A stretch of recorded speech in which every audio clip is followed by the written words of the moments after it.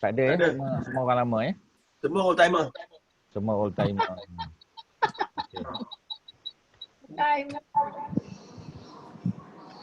Jadi kalau dah ada semua, kita mula insya-Allah daripada muka surat 224 ya, bagi yang mungkin dah terlupa kitab kita ya, kitab akhlak Rasulullah ya.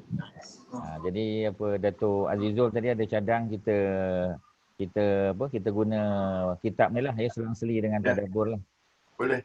Cuma tadabbur tu seakan pilih ayat-ayat yang lebih kita panggil ya, lebih mudah lah, maksudnya kita ambil cucu lah ya, malam tu mungkin cerita Nabi Nuh kita kata. Dan Ustaz pilih-pilih lah ya. Sebab kalau nak cerita Nabi Nuh tu panjang. Kita pilih saja topik-topik tertentu, utamanya yang berkaitan dengan Nabi-Nabi dan Rasul lah ya. Itu yang lebih mudah kita belajar ya daripada Quran. Jadi malam ni daripada paragraf yang pertama tu ke? Begitu juga pada waktu perang Badar tu ke? Betul. Betul ya? Okey. Okey, kita baca. Auzubillahi minasyaitonirrajim. Bismillah walhamdulillah wassalatu wassalamu ala Rasulillah wa ma taufiqi illa billah.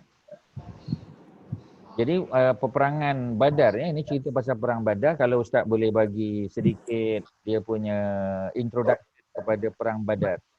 Dinamakan perang Badar sebab lokasi di mana peristiwa itu berlaku ialah di Badar. Badar ini berada di luar Al-Madinah. Maknanya dia di antara Madinah dengan Mekah. Ya. Jadi maksudnya kalau keluar daripada Madinah dah kira musafir. Dan kita dah belajar dulu kita panggil measurement terbaru ya, latest measurement untuk musafir ya, untuk solat qasar ya, minimum ialah 81 km. 81 km. Ini yang terbaru, latest untuk dalam fiqh Syafi'i kita, seperti mana kitab yang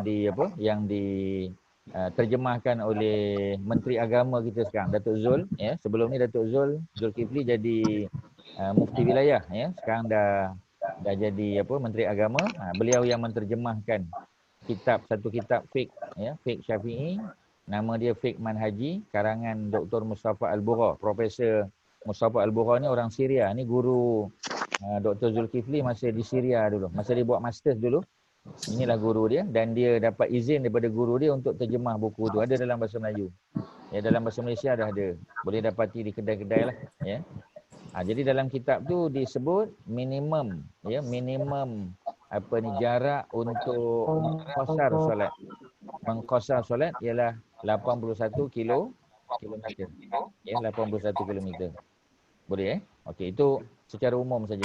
Bukan nak cerita pasal solat qasar pun, tapi sebab ada cerita pasal perang Badar.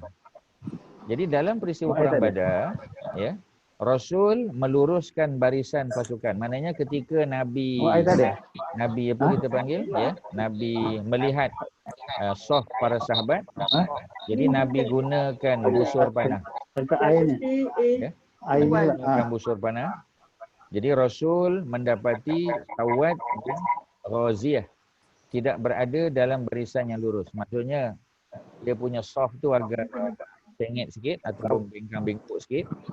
Maka baginda pun tegur dan Nabi menolaknya dengan busur panah. Ya, jadi secara kita panggil tak sengaja Nabi telah tertolak dia. Ya, jadi Nabi sebut Sawad, luruskan barisan. Ya, Sawad ni diambil daripada perkataan aswad. Aswad tu maknanya hitam. Ya, jadi Sawad ni mungkin seorang lelaki yang kulitnya agak kehitaman. Ya, jadi Sawad, luruskan barisan. Sawad menjawab, ya Rasulullah, engkau telah menyakiti aku. Ya, pasal Nabi guna busur panah. Ya. Jadi bila dia kata begitu, ya, dan sungguh Allah telah benar-benar mengutusmu, kerananya aku mohon kamu bersedia untuk aku balas. Jadi dia buat trik, ya. Sebenarnya dia nak sentuh tubuh Nabi. Ya. Jadi kebetulan Nabi gunakan busur panah untuk luruskan saf para sahabat yang sedang bersedia untuk menghadapi peperangan Badar. Maknanya ini peperangan pertama yang berlaku setelah Nabi dan para sahabat hijrah ke Al-Madinah. Nama lama bagi Madinah ingat tak? Tuan-tuan dan puan-puan, nama lama Madinah. Sebelum Nabi sampai, apa nama Madinah? Mula daripada huruf Y. Y, Y. Yathrib. Yasrib, ya. Apa ni? Yasrib adalah nama asal bagi Al-Madinah. Yasrib tu ambil sempena kita kata peneroka awal Al-Madinah tu. Ya. Jadi antara peneroka awal Al-Madinah ni di kalangan orang Arab ialah Yasrib. Yasrib ni nama orang. Dan beliau asalnya orang Yaman, ya. Macam mana orang Yaman boleh berpindah ke Al-Madinah? Ya, jawapannya mudah saja.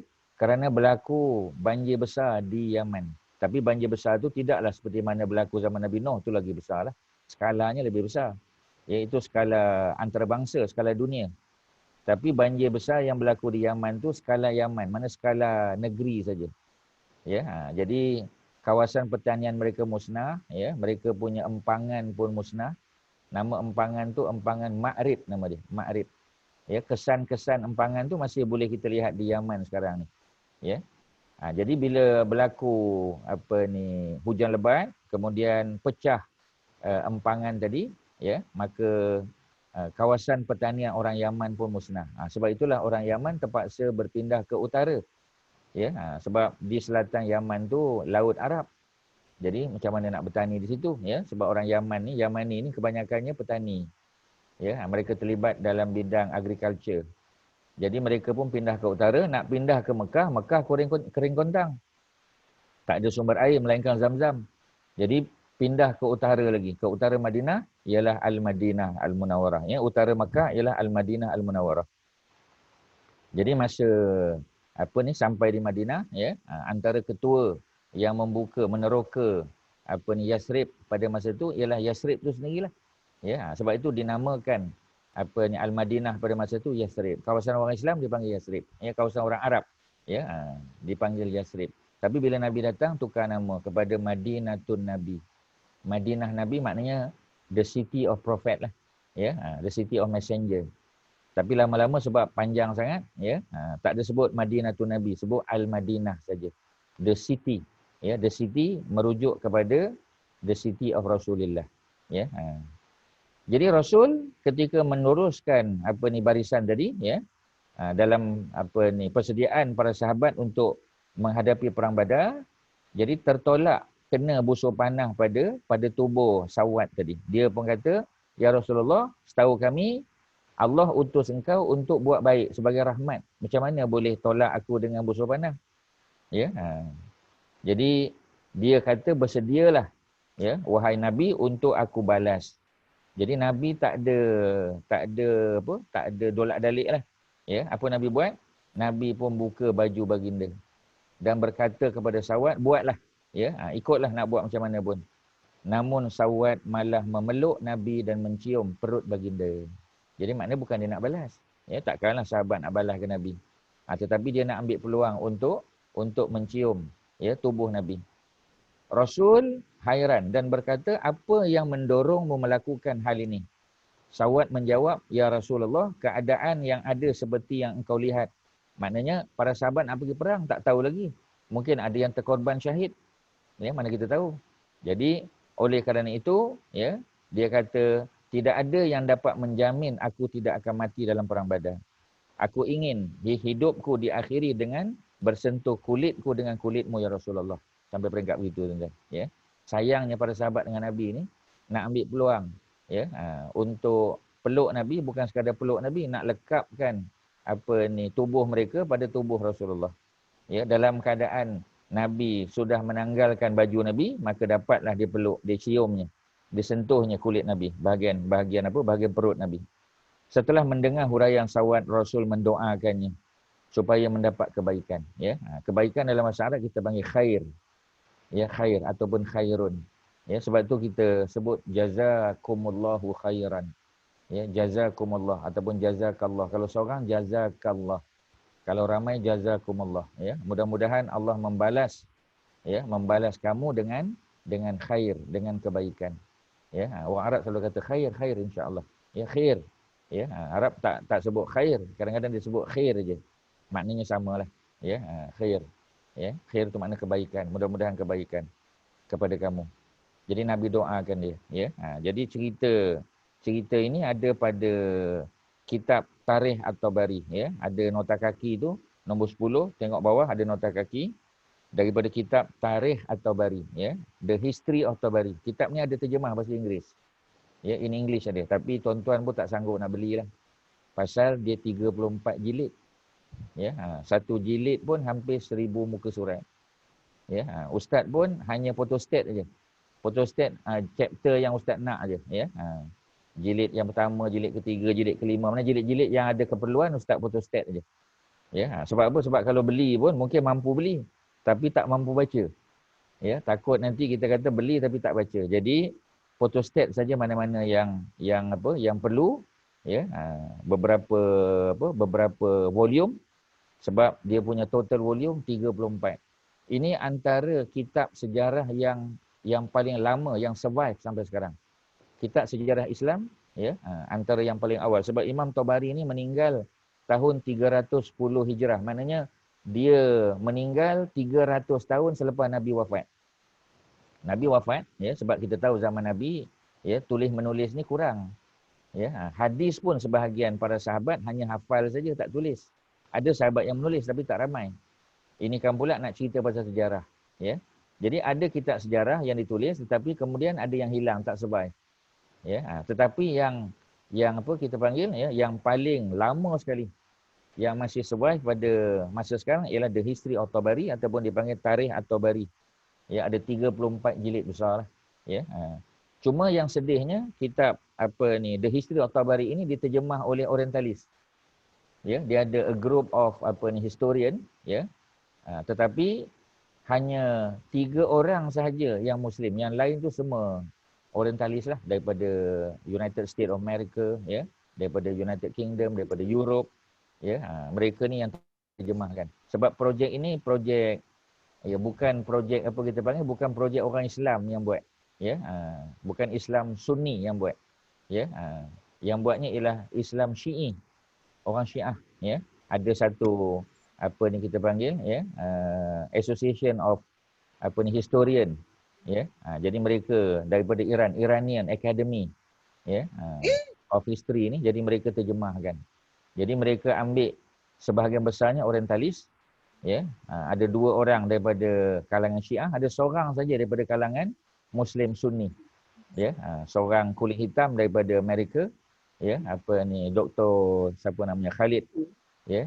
Khalid Blanchett, ya. Jadi dia seorang saja yang terjemah. Dialah cerita, dialah yang bagi tahu bahawasanya hati-hati kalau baca Tarikh At-Tabari ataupun History of Tabari dalam bahasa Inggeris, ya. Tapi tak ada pilihan, tuan-tuan, sebab yang dalam bahasa Arab kebanyakan kita tak ada akses nak baca. Jadi oleh kerana itu terpaksa baca juga yang dalam English, cuma kita kena berhati-hati kalau kita baca, ya. Kalau tuan-tuan malas nak baca, masuk kelas je lah, ya. Ustaz tolong baca untuk tuan-tuan dan perempuan, ya. Ustaz share. Tapi tak boleh nak share semua sebab ustaz pun tak baca 34 jilid tu. Kita pilih-pilih je chapter yang sesuai, yang berkaitan, ya, yang relevan kita baca. Okey, selesai di situ, ya. Itu Tarikh At-Tabari. Maknanya Imam At-Tabari yang cerita, yang bawa riwayat tentang Sawat mencium perut baginda Nabi sebelum, ya, berlakunya peristiwa perang Badar. Perang Badar perang pertama yang berlaku. Ya, maknanya masa Nabi di Mekah belum ada peperangan lagi. Peperangan yang berlaku hanya setelah daripada hijrah ke Al-Madinah. Ya, dan hijrah ke Madinah pun bukan tahun yang pertama dah perang, ya, tahun kedua baru perang. Dan peperangan tu pula berlaku bulan Ramadan. Menunjukkan bulan Ramadan bukan bulan berehat. Bulan Ramadan adalah bulan bekerja. Ya, sebab buktinya peperangan berlaku dalam bulan Ramadan, ya. Kalau katalah bulan Ramadan tu bulan rehat, dah tentu Allah tak buat peperangan berlaku pada bulan Ramadan. Ya, mesti bulan Ramadan ni hanya dipenuhi dengan baca Quran, ya, dengan bertadarus, dengan berzikir, ya, dengan bersedekah, dengan menyediakan makanan dan sebagainya. Tak. Ya, malah berlaku peperangan Badar itu pada bulan Ramadan. Pembukaan kota Mekah juga berlaku pada bulan Ramadan. Ya, jadi semua ini ada sebab musababnya dan sudah tentu Allah mengatur peristiwa itu supaya umat Islam ambil pengajaran, ambil iktibar daripada peristiwa tersebut. Okey, ya. Itu apa kita panggil, ya, paragraf yang pertama. Jadi menjadi kebiasaan Rasul akan doakan. The first person, biasanya Nabi akan doakan. Kalau dia buat baik, orang yang buat baik mula-mula itulah Nabi akan doakan dia. Ya, sebab itu para sahabat berebut-rebut, ya, nak berada berdekatan dengan Nabi dan nak buat sesuatu yang mengembirakan Nabi sehingga Nabi mendoakan mereka. Ya, contohnya ialah salawat tadi. Banyak riwayat lain yang menerangkan keadilan Rasulullah. Ya, jadi Nabi ini seorang yang adil. Ya, Nabi seorang yang adil, dan adil di sini maknanya orang yang apa kita panggil, yang tak apa kita panggil, tak ambil kira hubungan persaudaraan. Ya, kalau kita mungkin kalau daripada keluarga kita bagi perhatian pada dia. Ya, orang kata nepotism. Ya, kita ada apa kita panggil, ya, ada clan kita. Ya, ikut puak kita. Kalau kita orang Banjar, ya, mungkin kalau ada apa kita panggil orang Banjar yang datang berjumpa dengan kita, mungkin kita akan bagi perhatian lebih pada dia. Tapi Nabi tak begitu. Tak peduli siapa yang datang, kulit hitam ke, kulit putih ke, orang Madinah ke, orang Mekah ke, ya, semua Nabi akan layan secara adil. Malah kalau mereka orang yang tak ada kedudukan, ya, sebab tu Nabi kalau ada orang jemput datang majlis, ya, walaupun majlis itu dibuat oleh orang yang kita kata kedudukannya rendah, Nabi tak peduli. Nabi akan hadir juga, ya. Terbaik yang Nabi boleh, Nabi akan hadir. Ya, dan biasanya kehadiran Nabi itu bersama dengan Anas bin Malik. Ya, biasanya Anas lah yang menemani Nabi. Ya, yang menemani Nabi, ya, bukannya isteri-isteri Nabi yang menemani Nabi pergi majlis. Jaranglah, ya. Kerana isteri Nabi ada 9. Jadi kalau Nabi bawa isteri 99, ya, orang lain tak sempat nak makan lah, tuan-tuan. Jadi oleh kerana itu Nabi bawa Anas, sebab Anas adalah seorang budak yang masih kecil. Ya, masa dia jumpa dengan Nabi umurnya 10 tahun. Ya, dia duduk dengan Nabi selama 10 tahun juga. Duduk dengan Nabi itu maknanya dia menjadi apa? Menjadi apa kita panggil, Nabi punya personal assistant selama 10 tahun. Bukanlah duduk rumah Nabi, tidak. Ya, tapi dia datang belah pagi, menjelang maghrib dia akan pulang ke rumah dia. Sebab dia duduk di Quba. Nabi duduk di sebelah Masjid Nabawi, ya. Nabi duduk di city center. Manakala Quba, ya, berada berapa jarak, tuan-tuan masih ingat lagi? Datuk Azizul ingat lagi berapa jauh Quba dengan Madinah ni? Berapa batu lebih kurang? Tak ingat? Tuan-tuan tak ingat, cuba tengok nota lama balik, ya. Jadi berapa jarak dia? Berapa jarak antara kurang pasti Ustaz. Kurang pasti, ya. Tak apa. Nanti pastikannya Datuk, ya. Jadi malam ni boleh tengok balik apa kita panggil buku. Ya. Jadi boleh Datin Aini pun boleh ingatkan Datuk Azizul, ya. InsyaAllah. Ya. Okey, ya. Jadi itu kita tengok nanti. Jaraknya tidak jauh sangat. Ya, jaraknya tidak jauh sangat, ya. Sebenarnya jaraknya Ustaz bagi tahulah, ya. Jaraknya ialah dua batu. Bersamaan dengan berapa kilometer Datuk Azizul?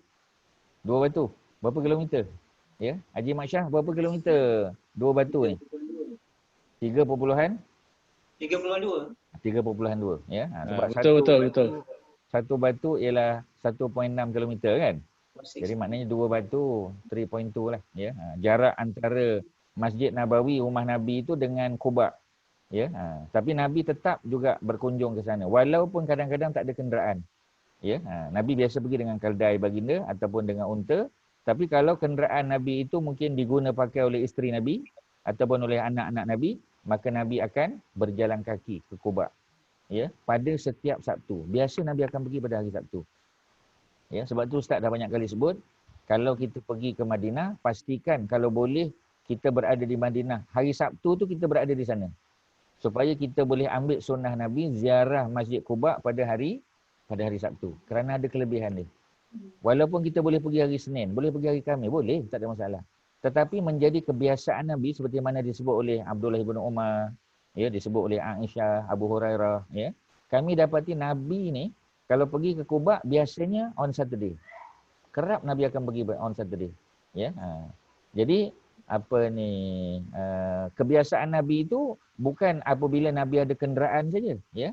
Kalau Nabi tak ada kenderaan, Nabi sanggup berjalan kaki dalam jarak 3.2 km semata-mata untuk solat duha di Masjid Quba pada hari apa, tuan-tuan? Hari Sabtu. Ya, boleh pergi hari lain, tak ada masalah, ya.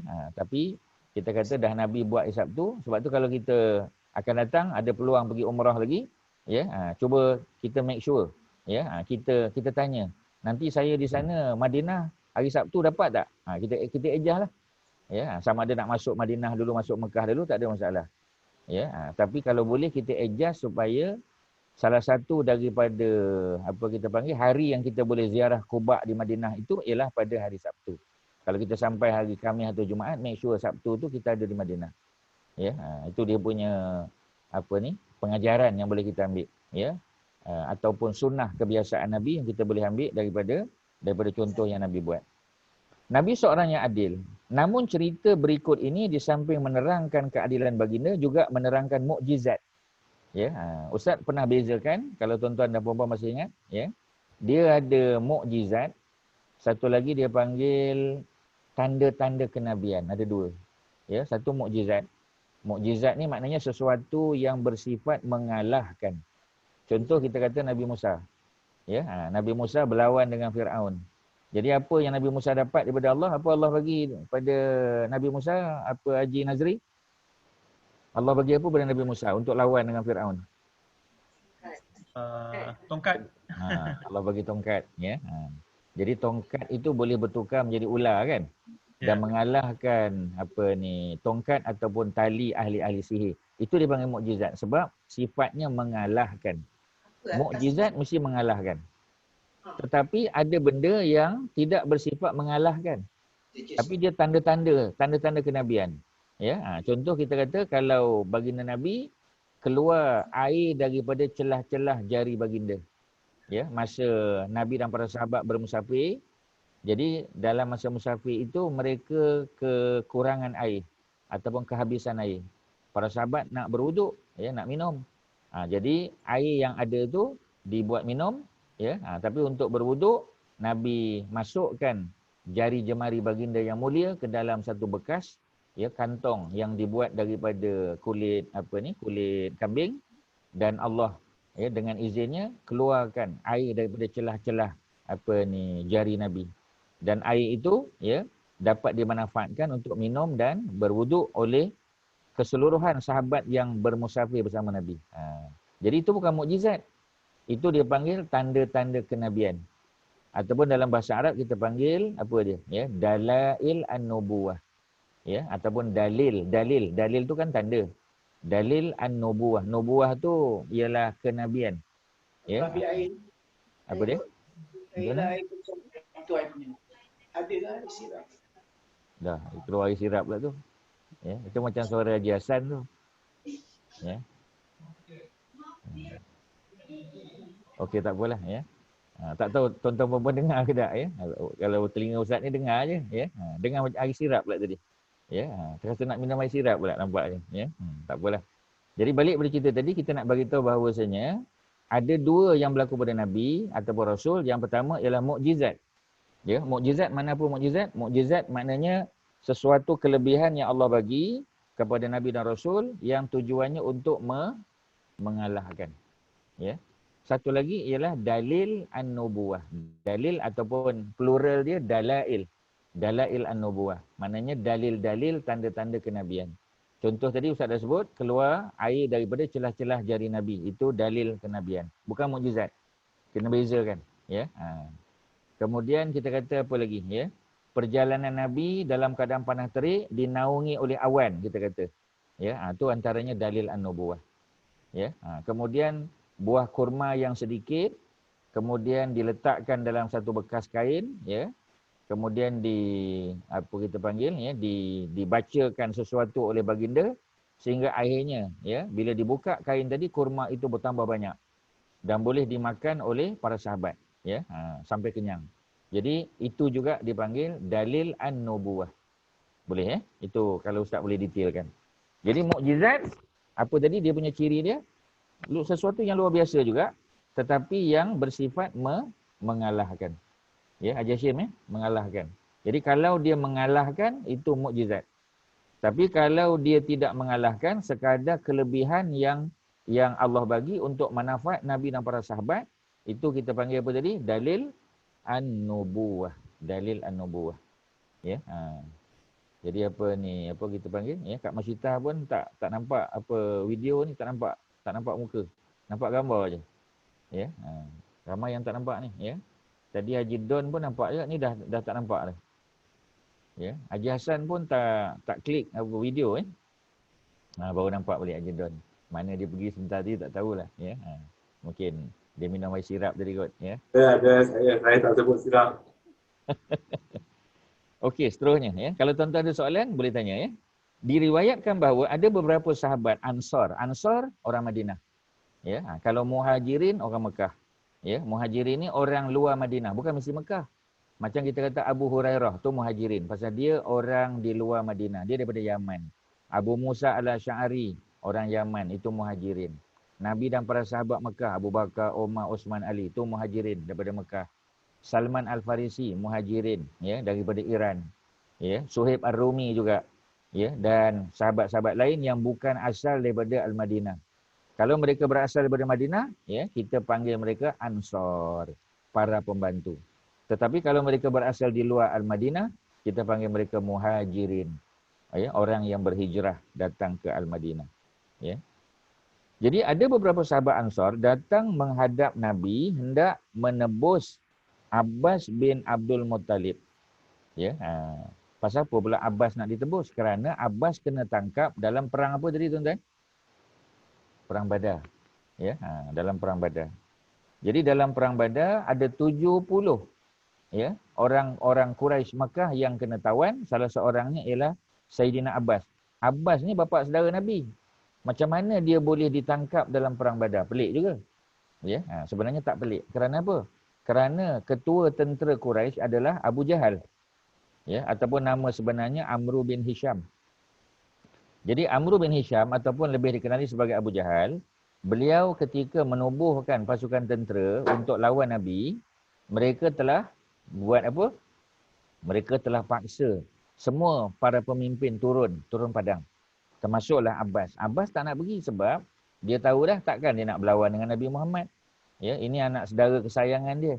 Ya, malah Abdullah Sayyidina Abbas tu bukannya walaupun dia pangkat bapa saudara, ya, pangkat uncle, tapi dia bukan jarak umurnya jauh. Ya, jarak umurnya sangat dekat. Ya, dia dengan Nabi beza 3 tahun aja.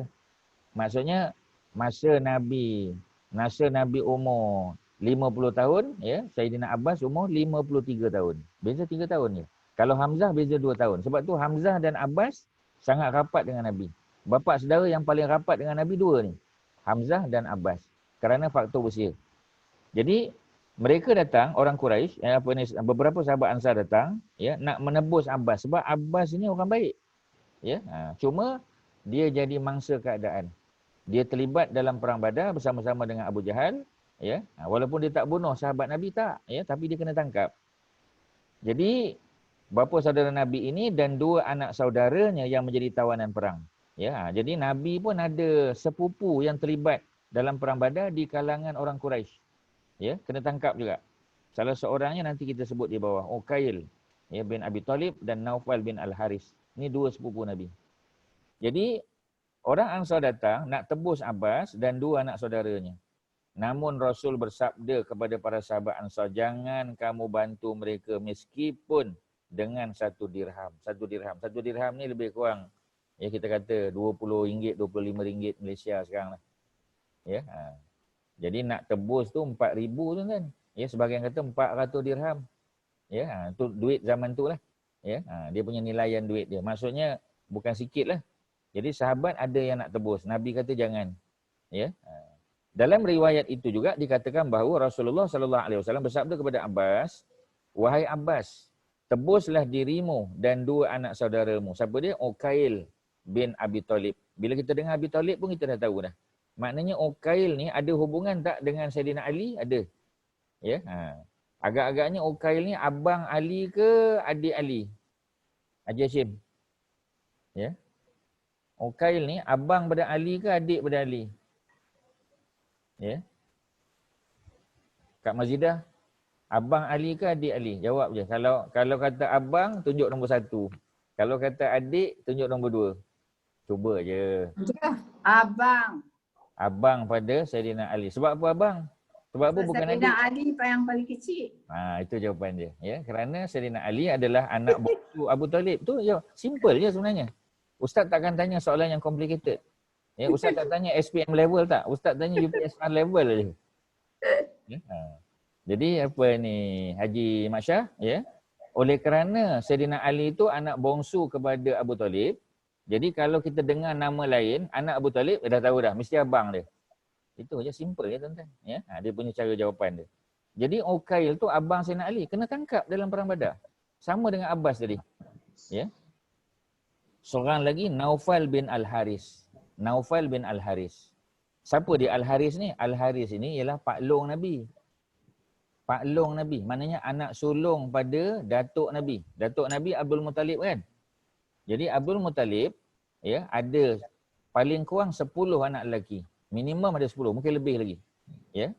Jadi anak sulung dia, lelaki yang paling tua, nama dia ialah Al-Haris. Ya. Anak dia Naufal bin Al-Haris. Maksudnya sepupu Nabi pun kena tangkap juga. Maknanya mereka ni pada masa ni belum masuk Islam lagi. Ya. Serta kawan sekutumu Utbah bin Amr, ya, bukan Amr ni, Utbah bin Amru bin Juhdum. Sebenarnya itu Utbah, ya, ada apostrophe sebelah tu, UTBAH bin AMRU, ada U kat situ. Amru, ya. Utbah bin Amru. Ya, Utbah bin Amru bin Juhdum, ada tambah U kat belakang. Sesungguhnya kamu adalah orang kaya, ya. Jadi sebab apa? Sebab mereka ni ada duit. Abbas ada duit, Uqail ada duit, Naufal ada duit. Sebab tu mereka kena tebus diri mereka. Abbas menjawab, ya Rasul, sesungguhnya aku sudah masuk Islam. Namun orang-orang membenciku. Dia pecah rahsia. Dia kata sebenarnya, masa dia nak datang perang Badar tu, dia dah masuk Islam. Tapi senyap-senyap. Ya, senyap-senyap dia masuk Islam. Dan aku, ya, aku dibenci oleh kaum aku. Kemudian Rasulullah bersabda kepadanya, Allah Maha mengetahui keislamanmu. Jika memang yang kamu katakan itu benar. Ya, jadi tak tahu sama ada betul-betul Abbas dah masuk Islam ataupun tidak. Tetapi kalau dia jadikan sebagai alasan saja tak cukup. Ya, kalau kita kata dia masuk Islam, kita lepaskanlah, tak. Ya, kerana dia bersekongkol dengan tentera Abu Jahal. Walaupun dia tak berlawan, dia datang saja, dia dianggap bersekongkol. Ya, dalam istilah apa undang-undang kita panggil partners in crime. Partners in crime. Ya, jadi tak boleh tuan-tuan. Kita tak boleh duduk dengan orang jahat. Kalau kita duduk dengan orang jahat tu kena, kita pun kena sekali tuan-tuan. Ya, sebab tu kena cari orang soleh sebagai kawan. Kalau kita nak berkawan dengan orang jahat boleh. Tujuan dia untuk dakwah dia, ajak dia jadi baik tu boleh. Ya, itu cerita. Boleh Okey, yang lain tak nampak apa ni, apa kita panggil, Cikgu Noli tak nampak muka, ya. Datuk Nizam pun tak nampak, ya. Apa lagi, ya. Kak Maimunah pun tak nampak, ya. Datin Aini pun tak nampak muka, ya. Mungkin tengah buat sesuatu sambil-sambil dengar, ya. Sebab Dia kalau tak keluar, on video. tak on. Cuba on. Ya, video tu on kan, ya. Dah on dah. Baru nampak. Ya. Okey, ya. Seterusnya apa lagi boleh kita sebut di sini? Kalau ada soalan beritahu, ya. Boleh angkat jari. Tak payah angkat tangan lah, angkat jari. Ya, boleh nampak. Ya, boleh tunjuk satu ke dua ke. Ya. Boleh tanya. Jadi Rasulullah kata, jika benar kamu ini dah masuk Islam, Allah akan memberimu pahala.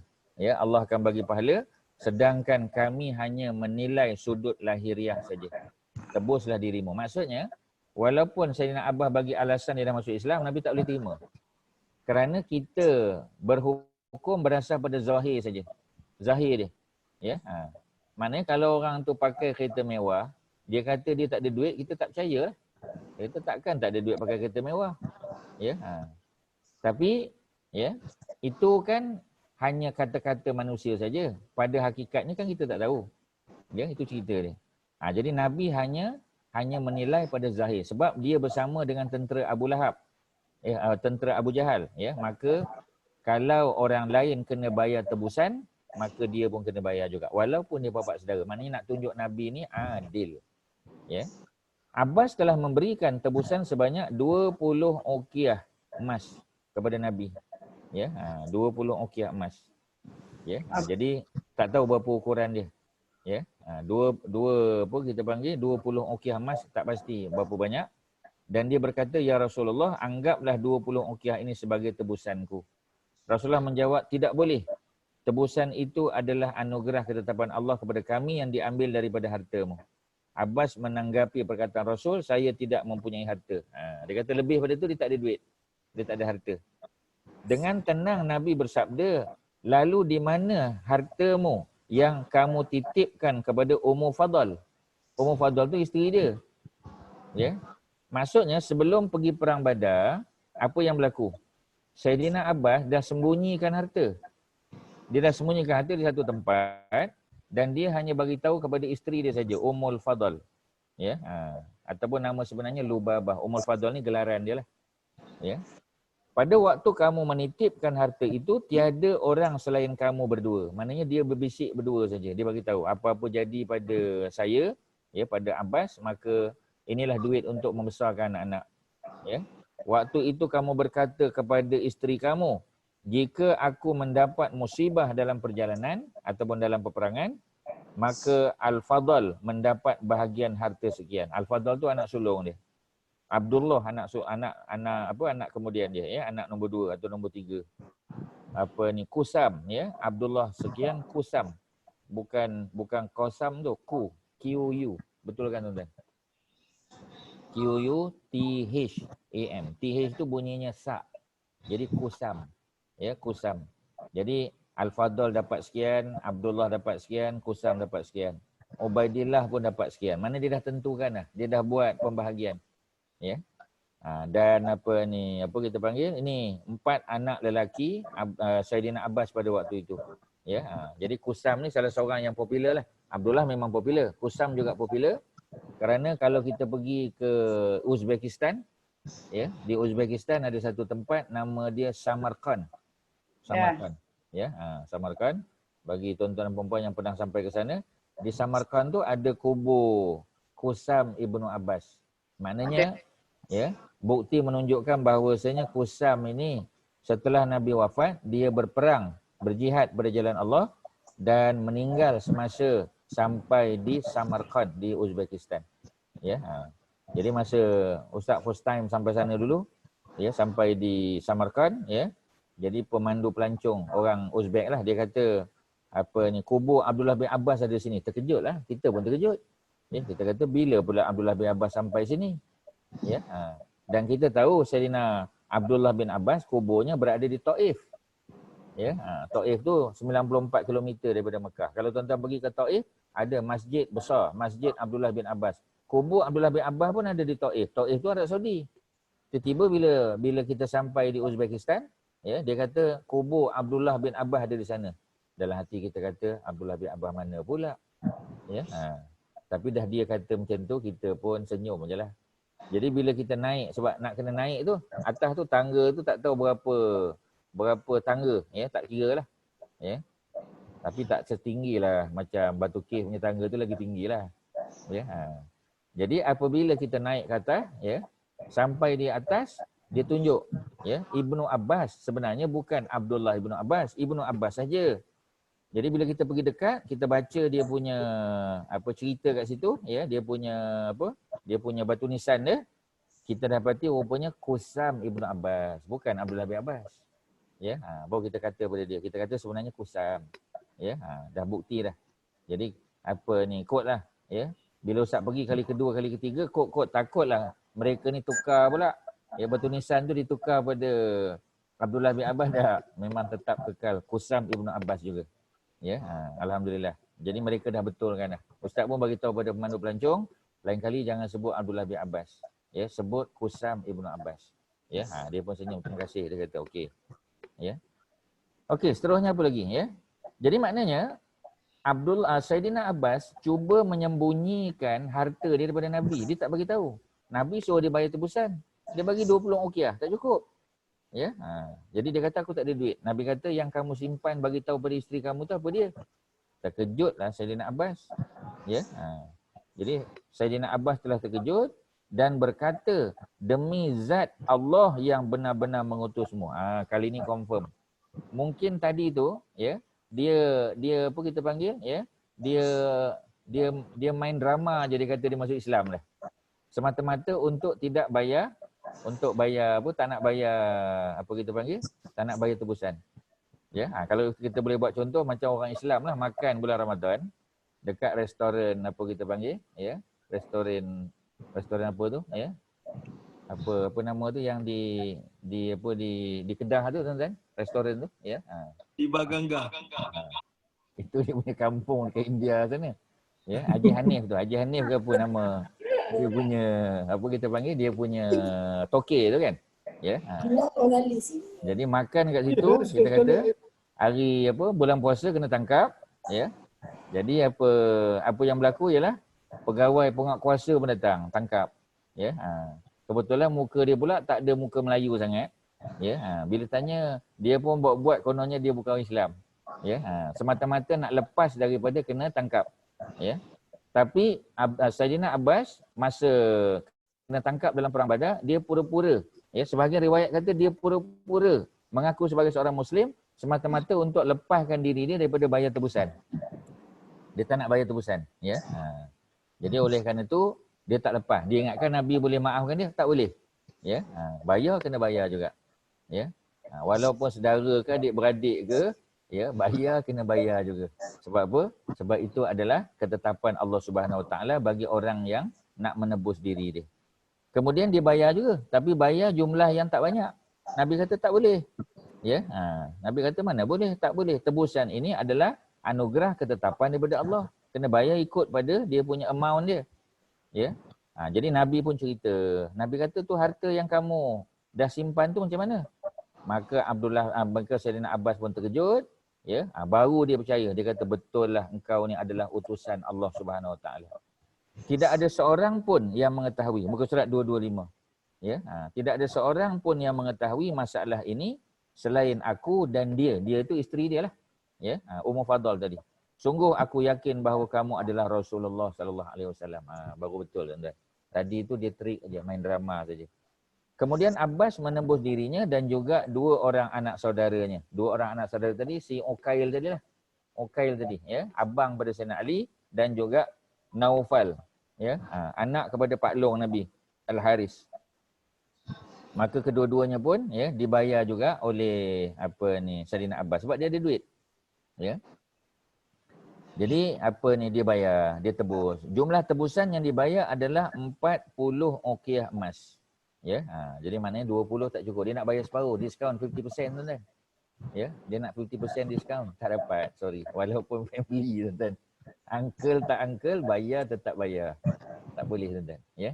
Nak menunjuk bahawasanya Nabi ni seorang yang adil. Ni cerita di sebalik ni tuan-tuan. Nak bagi tahu Nabi seorang yang adil. Tak peduli, ya. Memang itu harganya, bayarlah. Ya. Mungkin kalau meniaga ada diskaun. Tebusan tak ada diskaun tuan-tuan. Ya. Kalau orang tangkap, cuba tuan-tuan tengok apa ni cerita Hawaii Five-O ke, ya. Tengoklah cerita crime scene investigation ke apa ke, ya.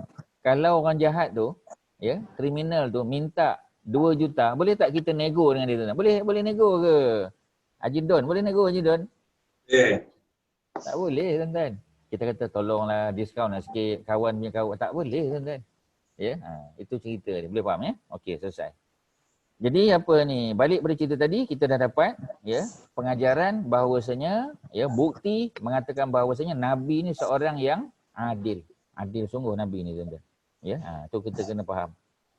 Okey, Rasulullah tidak pernah sekalipun memberi keringanan kepada orang yang mendapatkan hukuman had. Had ni hudud lah. Maknanya kalau dia minum arak kena sebat 80 kali, maka 80 kali. Tak ada diskaun. Ya, kot lah kita kata boleh kautim ke, tak boleh tuan-tuan. Ya, tak boleh kautim. Ya, mana boleh tuan-tuan. Ya, kena saman lah. Bayarlah. Ya. Jadi kalau kena saman JPJ, ya, tu mungkin ada hari-hari tertentu, hari yang keputeraan ada Tuan Agong ke apa, mungkin boleh bayar lah. Ya, 30% ke 50%. Lain pada tu tak boleh tuan-tuan. Tapi kalau tebusan tak boleh main. Tebusan ni cerita hidup mati. Ya, cerita hidup mati. Ya. Kalau JPJ tadi hidup mati juga, tapi hidup mati lesen lah. Lesen mandu, driving license. Ya, road tag tu boleh, ya. Tapi kalau apa ni bab tebusan ni ialah hidup mati. Ya. Jadi Abbas tebus, bayarlah, habislah, ya. Rasulullah tidak pernah memberi keringanan pada orang yang mendapat hukum hudud. yang peraturannya telah ditetapkan oleh Allah. Contohnya ketika terjadi kecurian yang dilakukan oleh salah seorang wanita daripada suku Makhzumiyah. Ya, Makhzumiyah ni adalah satu kabilah yang mulia. Ya, ni noble punya clan, ya, noble clan. Dengan kejadian ini orang Quraisy sangat sedih. Kerana suku Makhzumiyah memang kita tahu memang mereka ni adalah noble clan atau hormat. Ya. Kemudian mereka musyawarah. Ada di antara mereka yang berkata, siapa yang mahu melaporkan masalah ini kepada Nabi? Salah seorang antara mereka menjawab, tiada yang berani melaporkan hal ini kecuali kekasih Rasulullah. Mana cucu angkat Nabi. Ya, Usamah bin Zaid. Sebab Nabi sayang sungguh dengan Usamah. Lebih-lebih lagi Zaid tu anak angkat Nabi. Zaid pula dah terkorban. Ya, dalam perang Mu'tah. Jadi anak dia Usamah, ya, kalau bapa dia Zaid, Nabi punya anak angkat, Usamah Nabi punya cucu angkat. Jadi mereka pun pergi jumpa dengan Usamah. Ya, Jadi Usamah lah yang bawa cerita tadi kepada Nabi. Kemudian Rasul bersabda, apakah kamu akan memberi pertolongan kepada seseorang dalam masalah hukum hudud yang telah ditetapkan oleh Allah? Allah dah tetapkan, mana boleh nego tuan-tuan, tak ada dah. Ya. Kemudian baginda berdiri dan menyampaikan khutbah di hadapan orang ramai. Hancurnya umat sebelum kamu, ya, Bani Israel antaranya, adalah disebabkan apabila ada seorang pencuri antara mereka daripada kalangan terhormat. Kalau yang mencuri itu orang besar, ada pangkat, ya, ada kedudukan, ya, maka mereka boleh adjust, mereka biarkan. Namun apabila yang mencuri adalah orang yang lemah, mereka akan menghukumnya. Mana boleh tuan-tuan, ikan bilis kena tangkap. Ya, ikan jerung dilepaskan, mana boleh. Ya, Islam tak benarkan macam tu. Salah lah. Demi Allah, kalau seandainya, ni Nabi sebut, ni benda ekstrim Nabi sebut. Ya. Lau Fatimatu bintu Muhammadin sarakat, kalaulah Fatimah anak Nabi itu mencuri, la qata'tu yadaha, pasti aku akan potong tangannya. Cuba tuan-tuan bayang. Fatimah tu anak kesayangan Nabi. Tapi Nabi sanggup untuk memotong tangan dia. Walaupun dia anak kesayangan Nabi. Kalau betul-betul didapati dia mencuri. Ya? Bukanlah makna dia mencuri, tak. Tapi Nabi gambarkan. Kalau Fatimah pun, ya, dia akan potong tangan. Ini kan pula orang lain. Ketika berlaku Perang Hunain. Perang Hunain ni perang setelah berlakunya peristiwa pembukaan kota Mekah. Ya? Di satu tempat nama dia Hunain. Nabi memberi Al-Aqra' bin Habis 100 ekor unta. Dia bawa masuk Islam. Ya, dia seorang pemimpin Quraisy, Nabi bagi dia. Melihat hal ini, ada salah seorang sahabat yang meluahkan pendapat. Wallahi, kata dia, ini adalah pembahagian yang tidak adil. Ya. Dan pemberian ini tidak dituju untuk mendapatkan redha Allah. Dia boleh cakap macam tu, tuan-tuan. Berani dia cakap. Dia kata ini tidak adil. Ya. Apa kita panggil, kalau tuan-tuan tengok cerita Tiga Abdul, adalah cerita tidak adil ni. Pasal yang dapat tu abang dia. Ya, adik dia tak dapat. Ya, ini tidak adil. Jadi oleh kerana itu kita nak bagi tahu bahawasanya Nabi, ya, Nabi apabila memberi, Nabi beri lebih kepada Aqra' bin Habis. Nanti orang tanya balik, pasal apa Nabi bagi lebih? Nabi tak bagi daripada harta umum. Nabi bagi bahagian Nabi. Ya, tuan-tuan kena ingat. Dalam peperangan, setiap kali peperangan dia ada ghanimah kan? Ghanimah tu makna harta apa, Datuk Azizul? Ghanimah harta? Ghanimah. Dalam perang kita dapat ghanimah, harta apa tu? Harta rampasan kan? Harta rampasan lah. Ya, harta rampasan perang. Jadi harta rampasan perang tu, ya, 20% adalah hak Rasulullah. Allah dah tetapkan.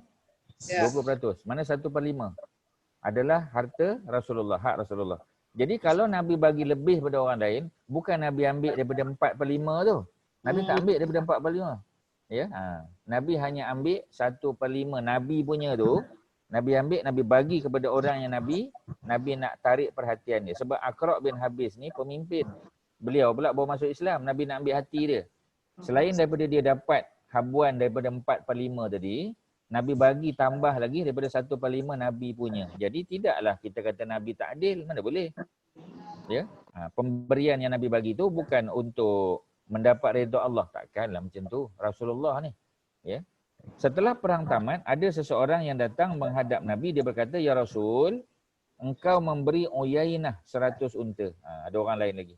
Aqra' juga kamu beri 100 unta. Namun mengapa kamu tidak memberi Ju'ail bin Sarakah? Ya. Rasul menjawab, demi zat yang Muhammad berada dalam kekuasaannya, Ju'ail bin Sarakah adalah lebih berharga. Ya, lebih berharga dibandingkan dengan bumi dan seisinya. Itu juga Uyainah dan Aqra'. Namun, ya, aku bersikap baik kepada kedua-duanya supaya keislaman mereka menjadi kuat. Adapun Ju'ail bin Sarakah, aku sudah yakin dengan keislamannya. Jadi maknanya itu adalah cara Nabi untuk menarik perhatian orang tu. Sebab Ju'ail ni, beliau punya agama tu, dia punya akidah dah kuat dah. Jadi kalau kita tak bagi tambahan pun okey. Ya. Tetapi untuk si siapa tadi, si Aqra' dan juga untuk seorang lagi, ya, Uyainah, yang ini kena bagi lebih. Pasal agama dia tu belum mantap lagi. Ya. Jadi sebab itu bila orang bawa masuk Islam, kita layan dia dengan baik. Ya, walaupun kita kata dia tu pangkat besar. Ya, tapi kita bagi dia hadiah, ya. Kita layan dia, kita carikan tempat dan sebagainya sebab itu antara yang Nabi buat untuk menarik perhatian orang yang baru memeluk Islam. Mu'allaf lah kita panggil. Ya, begitulah itu cerita dia. Hampir sama dengan kejadian di atas, sewaktu Rasulullah membahagikan harta rampasan perang. Ya, harta rampasan perang tadi kita panggil ghanimah. Ya, ghanimah. Ghanimah, ya. Ghanimah. Betul. Ghanimah. Jadi ghanimah tu harta rampasan yang dapat melalui peperangan. Kalau tak berlaku perang, tak panggil ghanimah. Dia panggil benda lain. Tak payah sebut malam ni, takut lupa nanti. Ya, ingat satu ghanimah sudahlah. Ya, jadi ghanimah tu ialah merujuk kepada harta yang diperolehi selepas daripada peperangan berlaku. Nama anak ghanimah. Jadi ghanimah, ya. Itu suara Kak siapa tu, ya? Faridah. Kak Faridah, betul. Ya. Tapi muka tak nampak. Kat mana satu dah? Tak nampak pun nama Kak Faridah kat sini. Tak, kita share dua orang. Oh, share dengan Kak Kelly. Okey. Kita iftar bersama tadi. Oh ya, yeah. Okey. Apa ni? Apa kita panggil kan? Ustaz sebut seorang lagi kan? Muncul pula kat belakang tu seorang lagi. Kami bertiga tadi berdua, lepas tu bertiga pula, ya. Tak ada, Nurul tak ada malam ni. Oh, tak ada, eh? Okey, apa ni? Sambung lagi, ya. Sambung sikit lagi, tuan-tuan. Apa ceritanya? Rasulullah apa kita panggil? Kat mana tadi? Cerita dah selesai tadi, Ansar. Hampir sama kejadian. Sewaktu Rasulullah membahagikan harta perang Hawazin, baginda memberikan bahagian kepada Muhajirin dan al-mu'allafatu qulubuhum. Al-mu'allafah qulubuhum ni adalah orang yang baru masuk Islam. Orang Melayu panggil mu'allaf lah. Tapi nama penuhnya mu'allafah qulubuhum. Mu'allafah qulubuhum. Mu'allafah ni maknanya yang dijinakkan. Qulubuhum, hati-hati mereka. Mu'allafah yang dijinakkan. Qulub kan hati. Qulubuhum, hati-hati mereka. Ya, jadi orang Melayu dia nak ringkas dia panggil mu'allaf saja. Kalau kita kata mu'allafatu qulubuhum dah pening kepala dia. Tak tahu. Jadi qulubuhum, hati-hati mereka yang dijinakkan. Sedangkan orang Ansar tidak diberikan bahagian. Ini dalam perang Hawazin. Ya, orang Muhajirin dapat banyak. Muhajirin ini mereka yang bawa masuk Islam. Orang-orang Ansar mengeluh dan banyak mengatakan, lalu mendakwa bahawa Rasul lebih cinta dan utamakan kaum dia. Yang dijinakkan hati mereka. Yang dijinakkan hati mereka, betul dengar. Itu suara Kak Faridah juga tu, ya. Sehingga Hasan bin Sabit mengarang sebuah qasidah yang mengandungi kritikan kepada Rasulullah. Jadi Hasan bin Sabit pun kritik. Ini antara penyair Nabi kan. Dia pun kritik Nabi. Sa'ad bin Ubadah menghadap Rasulullah dan berkata, ini pemimpin orang-orang Ansar. Dia kata, ya Rasul, penduduk Ansar mempunyai kesangsian terhadapmu. Ini masa Nabi hidup pun orang dah petikai Nabi, tuan-tuan. Ya? Mereka melihat keputusanmu dalam pembagian harta, rampasan perang, kurang adil. Dia tak kata tak adil, dia kata kurang adil. Rasulullah bertanya balik kepada Sa'ad, kamu mengetahui hal itu dari mana, wahai Sa'ad? Sa'ad menjawab, aku adalah sebahagian daripada kaumku. Ya Rasul. Rasul berkata kepada Sa'ad, kumpulkan kaummu. Ya, Nabi nak bagi ucapan. Ya, nak bagi tahu bahawasanya sebab mereka dah tak puas hati dengan Nabi nak kena kumpulkan. Kena clear lah tuan-tuan. Kita tak boleh biarkan benda tu macam tu, tak boleh. Ya, bila ada isu kita buat press conference lah tuan-tuan kalau istilah sekarang. Kena buat sidang akhbar. Ya, kena kumpulkan, kena bagi tahu. Betul ke, ya? Betul ke ada apa kita panggil ada tubuh parti baru ke apa, kena bagi tahu tuan-tuan. Diam-diam. Ya, mana boleh diam-diam ya, nanti tiba-tiba ya meletup je tak boleh, kena bagi tahu. Jadi saat mengumpulkan kaum dia dan tidak lama kemudian Rasul datang dan menyampaikan khutbah. Wahai Ansar, Nabi kata, kabar angin apakah yang telah kamu sampaikan kepadaku? Ya, mana Nabi sebut kabar angin saja. Ya. Bukankah aku datang kepada kamu pada masa kamu dalam kesesatan? Ingat tak, masa aku datang ke Madinah dulu, kamu masih sesat lagi. Kamu masih dalam kesesatan. Kemudian Allah bagi hidayah, bagi petunjuk. Bukankah kamu dulu miskin, kemudian Allah jadikan kamu kaya? Ya, sebab dalam perang Badar dapat harta, ya, perang Khandaq dan perang-perang yang lain, kebanyakan umat Islam dapat kekayaan. Bukankah dahulu kamu saling bermusuhan kemudian Allah menyatukan kamu, ya? Dulu orang Ansar ni Aus dan Khazraj bergaduh berlawan. Ya. Bila Islam datang, Islam damaikan mereka. Orang-orang yang hadir menjawab secara bersama, betul, ya, Allah dan Rasulnya telah banyak memberi anugerah dan pemberian.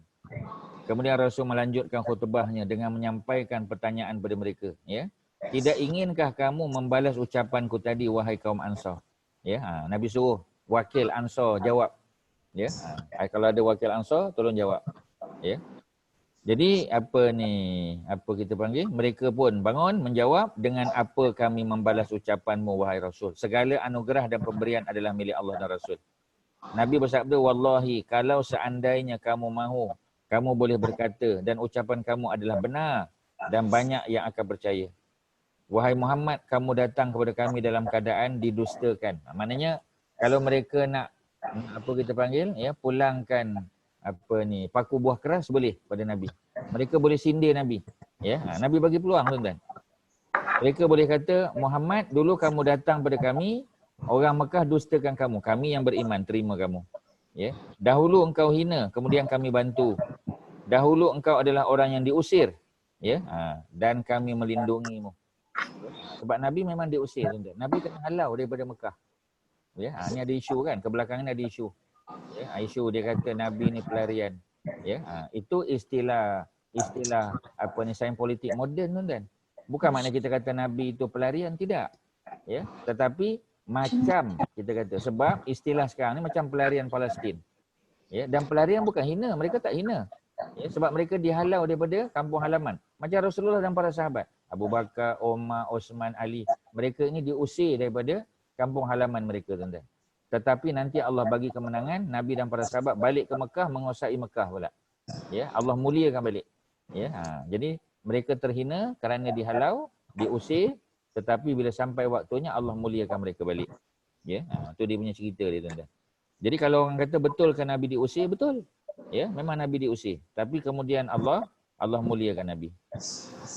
Wahai kaum Ansar, tidak bolehkah kamu merelakan sedikit harta yang dapat aku gunakan untuk menarik hati orang yang baru masuk Islam? Ya, jadi Nabi bagi lebih kepada pemimpin Mekah tu kerana nak menarik perhatian mereka, tuan-tuan. Jadi kita jangan ambil hati sangat. Ya, kita datang satu majlis, ya. Kita dapat juga dogi kecil je, tuan-tuan. Kawan kita mu'alah dapat lebih. Ya, dapat hamper pula, tuan-tuan, dan kita kecil hati. Kita kata sanggup Haji Don ni tak bagi pada aku. Ya, tak boleh, tuan-tuan. Kerana cuba kita tengok siapa yang dapat tu. Ya, yang dapat tu ialah mu'alaf. Maknanya Datuk Osman bagi lebih pada mu'alaf tadi, bagi hamper. Pada ustaz dia bagi dogi kecil je, tuan-tuan. Ya, itu pun dah lebih-lebih aja. Tak apa, tak ada masalah, tuan-tuan. Kerana kita nak muliakan siapa tadi? Mu'allaf. Ya, mu'allafah apa tadi bunyi dia Kak Faridah? Mu'alaf qulubuhum. Mu'allafu qulubuhum. Ya, itu istilah dia. Jadi kalau kita sebut mu'allaf tu dah biasa kan? Lepas ni kalau kita jumpa kawan kita sebut mereka ni golongan mu'allaf qulubuhum tau. Itu tambah sikit. Ya, orang pun kata ini mesti mengaji ni. Ya, mesti dengan mengaji dengan Dr. Anzaruddin ni mesti punya. Okey, selesai di situ. Yang di hujung perbincangan kita ni. Kita tengok apa lagi, ya. Jadi maknanya Nabi bagi mereka untuk bercakap, membalas, dan Nabi bagi tahu mereka tak boleh ke ya, relakanlah sedikit aja harta yang aku gunakan untuk menarik perhatian. Dan yang Nabi bagi ni pun daripada habuan Nabi. Ketahuilah aku sangat yakin dengan keislaman kamu semua sehingga tidak perlu mendapatkan bahagian. Ya. Sebab Nabi bagi tu ialah golongan mu'alaf. Sebab pasal apa orang Madinah Ansar tak perlu dapat? Sebab mereka bukan mu'alaf lagi. Mereka bukan mu'alaf. Maknanya yang Nabi bagi ni, ya, portion yang Nabi bagi ni tuan-tuan, portion siapa tuan-tuan? Portion Nabi. Yalah betul portion Nabi. Tapi Nabi bagi kepada siapa tuan-tuan? Nabi bagi kepada mu'allaf, golongan mu'allaf Nabi bagi. Bukan Ya. Nabi bagi pada orang yang dah lama masuk Islam, tak tuan-tuan. Ya, itu kena faham. Itu cerita dia tuan-tuan. Ya. Jadi jelas ya, Nabi bagi portion Nabi punya dan Nabi bagi kepada orang yang berhak. Siapa orang berhak tu? Golongan Mu'allaf mu'allaf yang baru qulubuhum. masuk Islam. Mu'allaf qulubuhum, yang hatinya baru dijinakkan masuk Islam. Jadi kita kena jelas kat sini. Ya. Wahai kaum Ansar, tidakkah kamu rela orang-orang, ya, maknanya orang ramai pulang bersama kambing dan unta. Orang Mekah balik bawa unta, bawa kambing. Sedangkan kamu pulang ke Madinah bersama Rasulullah sallallahu alaihi wasallam. Ya, Nabi orang Mekah tapi Nabi tak balik ke Mekah tuan-tuan. Nabi balik ke mana? Nabi balik ke Al-Madinah. Ya, itu kan satu kelebihan dah. Demi zat yang Muhammad berada dalam kekuasaannya. Kalau tiada takdir untuk hijrah, tentu aku ingin menjadi orang Ansar. Ya, Nabi kata kalaulah hijrah tu Allah tak wajibkan, tetap aku nak jadi orang Ansar, Nabi kata. Kalau seandainya orang yang melalui satu jalan, ya, ada orang ramai lalu satu jalan dan orang Ansar lalu jalan yang lain. Ya, masing-masing ikut highway yang berbeza. Tentu aku akan melalui jalan yang dilalui oleh orang Ansar. Ya, jadi ada orang ramai ikut highway apa kita panggil highway plus, daripada Shah Alam pergi ke Sungai Buloh naik highway plus. Ya, tapi orang Ansar ikut highway Gatri. Jadi highway mana yang Nabi akan ikut? Nabi akan ikut highway Gatri tuan-tuan. Ya, kerana apa? Kerana orang Ansar melalui jalan tersebut. Itu gambaran kalau Ustaz boleh buat. Ya. Kemudian apa lagi? Ya. Ya Allah, berilah kasih sayangmu kepada kaum Ansar, putera-putera kaum Ansar dan cucu-cucu keturunan kaum Ansar. Nabi doakan. Mendengar khutbah Rasul, kaum Ansar menangis sehingga air mata mereka membasahi janggut mereka. Menangis tuan-tuan. Ya, sebab mereka sudah lancang, ya. Lancang maknanya sudah terlepas cakap. Sebab mereka tuduh Nabi tak adil. Mereka tuduh Nabi, ya, Nabi mengutamakan orang-orang yang baru masuk Islam. Memang tuan-tuan. Sebab mereka baru masuk Islam, ya. Jadi mereka menangis sampai basah janggut, kemudian mereka berkata kami rela dengan pembahagian yang Rasulullah sudah tentukan. Selesailah tuan-tuan. Ya, itu cerita. Asas persamaan adalah sebahagian daripada keadilan Islam. Ya, ini sebab ni cerita tentang keadilan. Ya, cerita Nabi damaikan orang yang bergaduh. Pada hari pembebasan kota Makkah, ketika Bilal melaungkan azan, Al-Haris bin Hisham, Sahal bin Amru dan Khalid bin Asyid memberi komen, mengapa yang mengumandangkan azan hamba kulit hitam? Ya, sebab dulu Bilal diseksa, Bilal diletakkan batu atas badan dia, dijemur di tengah panas. Tiba-tiba bila Islam menang, ya, dapat menguasai Mekah, Nabi suruh Bilal yang naik atas Kaabah. Ya, kalau tuan-tuan tengok cerita The Message, ya, Anthony Quinn yang berlakon. Ya. Jadi cerita seorang lelaki kulit hitam, Nabi perintah naik atas Kaabah dan azan daripada atas Kaabah. Itu Bilal bin Rabah tuan-tuan. Itu gambaran Bilal bin Rabah, ya. Tetapi orang Mekah, golongan bangsawan kata, sebab apa hamba kulit hitam ini, sedangkan dia bukan hamba lagi, dia sudah merdeka. Kemudian turunlah ayat, ya. Jadi bila orang Mekah komen banyak, Allah turunkan ayat. Auzubillah minasyaitonirrajim. Ya ayuhan nas, wahai manusia. Inna, sesungguhnya kami, kata Allah, khalaqnakum, kami telah cipta kamu, min zakarin, daripada lelaki, wa unsa, dan perempuan, wa ja'alnakum, kami jadikan kamu syu'uban, berbangsa-bangsa, wa qabaila, berkabilah-kabilah, berpuak-puak. Ya, li ta'arafu, tujuannya untuk mengenal, saling kenal mengenal. Ya, jadi kita datang daripada negeri yang berbeza, Johor, Kelantan, Terengganu, ya. Orang Terengganu pun ada pecah-pecah kampung, ada Kuala Terengganu, ya, ada Kuala Ibai, ya, ada Kuala Besut dan sebagainya. Jadi maknanya datang daripada negeri yang sama, Terengganu, tapi tempat yang berbeza. Ya, mungkin mungkin tradisi makanannya berbeza, ya, pakaiannya, cara cakap, ya, dia punya logat dia berbeza. Jadi itu semua li ta'arafu, untuk kena mengenal. Ya, baru kita belajar, kita tahu perkataan, ya. Inna akramakum, sesungguhnya akramakum, yang paling mulia di kalangan kamu. Siapa yang paling mulia?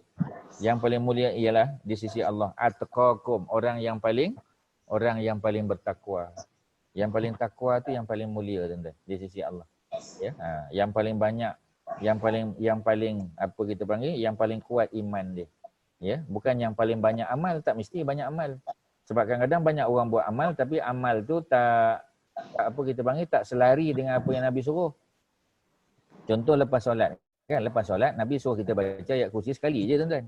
Lepas setiap kali solat fardu sekali je, ya. Boleh tak baca 10 kali? Boleh, tapi Nabi dah suruh sekali, cukuplah sekali.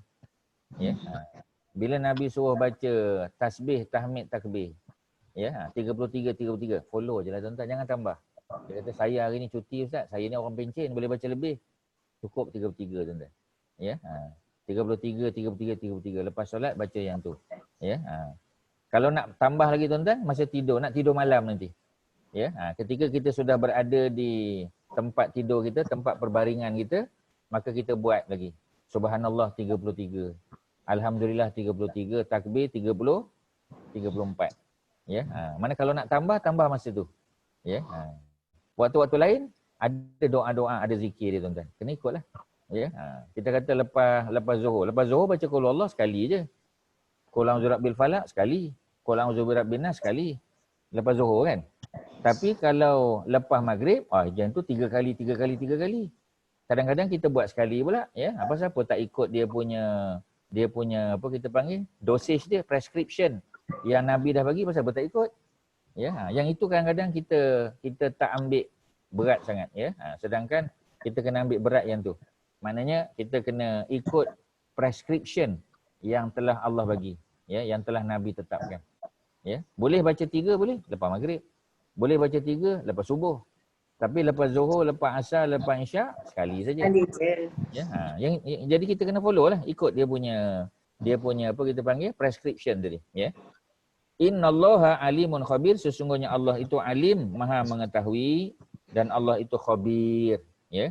Khabir pun maha mengetahui juga, tapi mengetahui secara menyeluruh, ya, komprehensif pengetahuan Allah ni. Ustaz selalu buat contoh, kita di belakang rumah kita ada pokok rambutan ataupun depan rumah kita ada pokok rambutan, ya. Kalau orang tanya kita, rambutan yang berbuah tahun ni banding dengan tahun lepas ada beza tak? Maksudnya berapa biji yang masak tahun ni? Ya, lebih banyak tahun ni ke tahun lepas? Kita pun tak boleh agak, tuan-tuan. Kita cuma kata nampak macam lebih tahun ni. Yalah, lebih tu berapa banyak, berapa biji, kita pun tak boleh nak tahu. Tapi semua tu dalam pengetahuan Allah.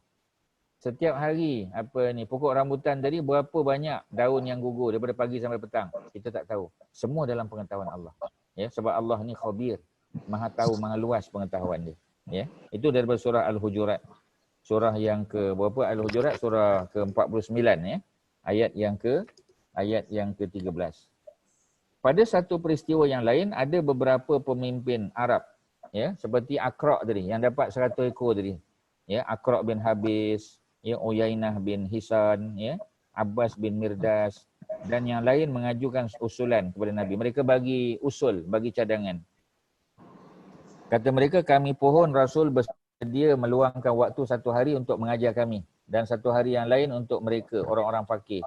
Ya, macam Bilal bin Rabah, Salman Al-Farisi, Suhaib Ar-Rumi, Abu Zar, Khabbab bin Al-Arad, Ammar bin Yasir, Abu Hurairah. Jadi mereka tak nak bercampur. Ya, dia kata kalau geng-geng yang kaya-kaya ni hari lain. Ya, yang tak ada duit hari lain. Mereka suruh supaya Nabi bezakan, ya. Jadi 1 hari untuk mereka, mereka datang menghadapmu sedangkan kami tidak. Dan 1 hari yang lain kami datang menghadapmu sedangkan yang miskin-miskin tadi tak datang. Mereka mencadangkan hal ini kepada Nabi kerana mereka merasa terganggu dengan bau busuk orang-orang fakir miskin. Ya, macam kita lah, tuan-tuan, ya, duduk satu tempat, datang seorang. Ya, kawan tu berpeluh-peluh, ya, tak sempat nak mandi lagi. Ya, dia pun dengar ceramah, dia pun duduk sebelah kita, pun rasa macam tak sedap, tuan-tuan. Kita pun pindah tempat lain. Seolah-olah macam tu. Ya, jadi maknanya kita minta supaya orang Quraisy tadi minta supaya diasingkan.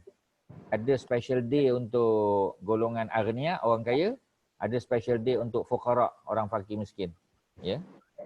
Jadi mengenai usulan ini, cadangan ini Nabi menerimanya dengan pertimbangan supaya umat Islam semakin kuat dengan kehadiran mereka. Ya, namun Allah menurunkan rangkaian ayat berikut. Ini ada apa kita panggil ya, ada nasihat daripada Allah. Ya, kita baca ayat ni sebelum kita tamatkan perbincangan, tuan-tuan, agak panjang ayatnya. Wasbir nafsaka ma'al ladzina yad'una rabbahum bil ghadati wal ashi. Ini selalu kita baca surah Kahfi ni, tuan-tuan. Ya, ayat yang ke-28 sampai 29 ni selalu kita baca ni. Ya, wasbir nafsaka. Bersabarlah ya. Bersabarlah kamu ma'al ladzina yad'una rabbahum, bersama dengan orang-orang yang menyeru Tuhan mereka. 28-29. Ayat 28-29. Ya, menyeru Tuhan mereka bil ghadati, pada waktu pagi, wal asyi, pada waktu petang. Ya, jadi maknanya orang yang ingat Allah ni. Sebab tu waktu pagi tu bila, tuan-tuan? Waktu pagi tu ialah selepas subuh lah. Sebab tu lepas subuh kita baru bangun tidur kan. Masa tu lah kita syukur. Ya, banyak syukur tu. Sebab tu kena baca 3 kali apa kita panggil ya. Qul huwallah, qul a'udzu birabbil falaq, qul a'udzu birabbin nas 3 kali. Ya, maghrib sama juga sebab dia hari permulaan. Maghrib tu kan permulaan hari. Ya, jadi Allah nak kita baca macam tu. Nabi nak kita baca macam tu. Kemudian apa lagi? Yuriduna wajhah, ya. Mereka berkehendak pada wajah Allah. Wajah maknanya redha Allah lah. Ya, mencari wajah Allah maknanya mencari redha Allah. Ya. Wala ta'du ainaka anhum. Jangan kamu palingkan ya mata kamu daripada mereka. Kerana semata-mata turidu zinatal hayatid dunia. Kerana semata-mata kamu inginkan perhiasan dunia. Ya, nak dapat sedikit habuan dunia maka kita pun palingkan. Ya, jadi sedangkan kita tahu ya, orang miskin ke orang kaya ke di sisi Allah kedudukan dia sama aja. Sebab yang membezakan ialah ketakwaan mereka. Ya, ketakwaan mereka tu yang membezakan. Kemudian apa lagi? Ya, wala ta'du ainaka, sudah kita dah baca. Wala tuti', jangan kamu taat man aghfalna qalbahu an zikrina. Ya, orang yang lalai hatinya daripada mengingati kami. Ya, orang yang lalai, orang yang jarang ingat. Ya, sembahyang pun kadang-kadang ujung-ujung aja. Ya, maknanya kalau ada sebab-sebab tertentu lainlah kan. Ya, ni tak ada sebab apa-apa, saja-saja kita kata, ya. Wattaba'a hawahu, yang mengikut hawa nafsunya, wa kana amruhu furuta. Ya, dan mereka punya urusan ataupun perbuatan furuta, melampaui batas. Ya, jadi kadang-kadang kita buat sesuatu tu berlebih-lebihan. Ya, Islam suruh kita buat sesuatu amalan tetapi jangan berlebih-lebihan. Sebab itu ada dia punya ketetapan dia. Ya, macam asar kita kata. Asar lepas asar tak ada sembahyang sunat. Ya, tak ada solat sunat. Walaupun dia kata saya ikhlas mata-mata kerana Allah, tak boleh. Kerana memang waktu asar, selepas asar tak ada solat sunat. Lepas subuh tak ada solat sunat. Ya, melainkan orang yang tertinggal qabliyah subuh. Pernah berlaku kan? Pada zaman Nabi, orang yang tertinggal qabliyah subuh, dia selalu buat. Tapi hari itu lambat sikit. Lepas pada solat subuh, ya, Nabi tengok, dia bangun, dia buat 2 rakaat. Dan Nabi bagi tahu dia, Nabi kata subuh 2 rakaat bukan 4.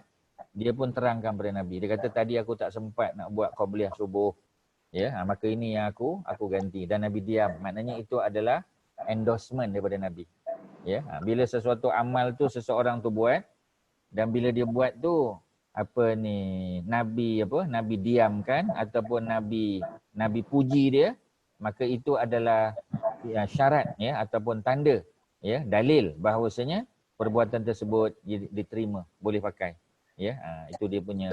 Ustaz, kalau buat qabliyah subuh selepas subuh kita kena buat macam qada ke apa? Macam seolah-olah qada kepada qabliyah tadi. Oh. Pasal qabliyah tadi kan, qabliyah subuh kan lebih baik daripada dunia dan seisinya kan. Itu dalam hadis Muslim. Jadi oleh kerana itu sahabat tadi, sebab dia tahu kelebihan tu, dia pula tak sempat nak buat. Sebab bila dia sampai, Nabi dah angkat takbir untuk solat fardu subuh. Jadi lepas pada solat, lepas bagi salam, dia pun bangun, dia nak buat 2 rakaat sebagai qada pada tadi. Sedangkan Nabi tak pernah ajar macam tu. Ya, mana ada qada kan? Qada kepada qabliyah tadi. Tapi bila dia buat dan dia terangkan, Nabi tidak komen. Ya, bukan Nabi puji tapi Nabi tak komen. Ya, kalau Nabi puji, maka jadi sunat muakkad pula.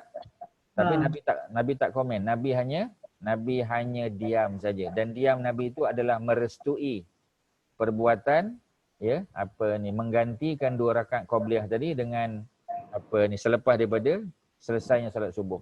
Maksudnya untuk subuh tu boleh. Tapi untuk asar tak boleh. Ya, sebab asar pun qabliyah asar tak termasuk solat sunat muakkad. Ya. Macam kita kata maghrib pun tak muakkad, isyak pun tak muakkad. Yang muakkadnya selepas. Maghrib 2 rakaat selepas tu muakkadah. Isyak 4 rakaat selepas tu muakkadah. Ya. Zuhur sebelum pun muakkad, selepas pun muakkad. Tapi kalau subuh tak ada. Jadi dia buat dan Nabi diam. Maknanya itu sebagai satu bentuk dalil restu Nabi terhadap perbuatan dia. Ya, itu kalau Ustaz boleh detailkan, ya.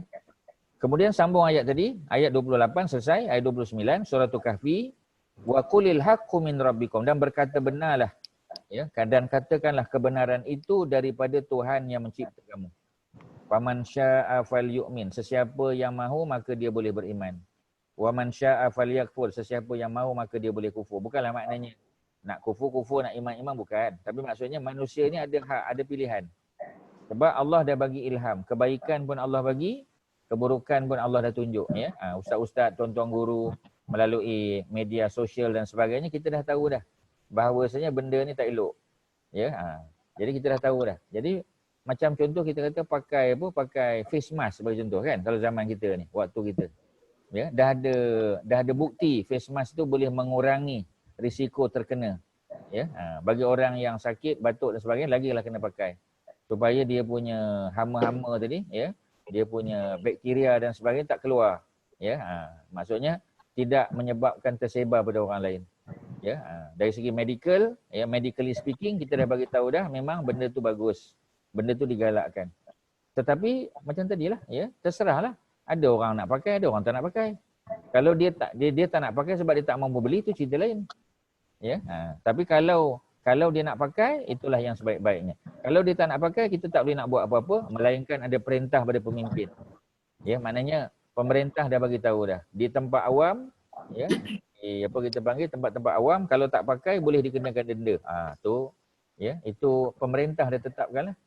Ya, bila pemerintah dah tetapkan, kena apa kita panggil, ya, kena ikutlah. Ya, jadi makna ada pilihan. Inna a'tadna lizalimina nara. Ya, Allah kata kalau bagi orang yang kufur, sesungguhnya kami tetapkan, kami sediakan lizalimin, bagi orang zalim itu naran, api. Ya. Ahata bihim suradiquha. Yang dia punya nyalaan api itu, ya, menenggelamkan dia. Maksudnya kalau dia masuk, sebab itu kita panggil neraka ni jurang neraka. Ya, dia bentuk dia macam ni. Macam kita pergi ke pantai. Ya, ketika kita sampai di tepi pantai, airnya hanya menjamah kaki kita saja.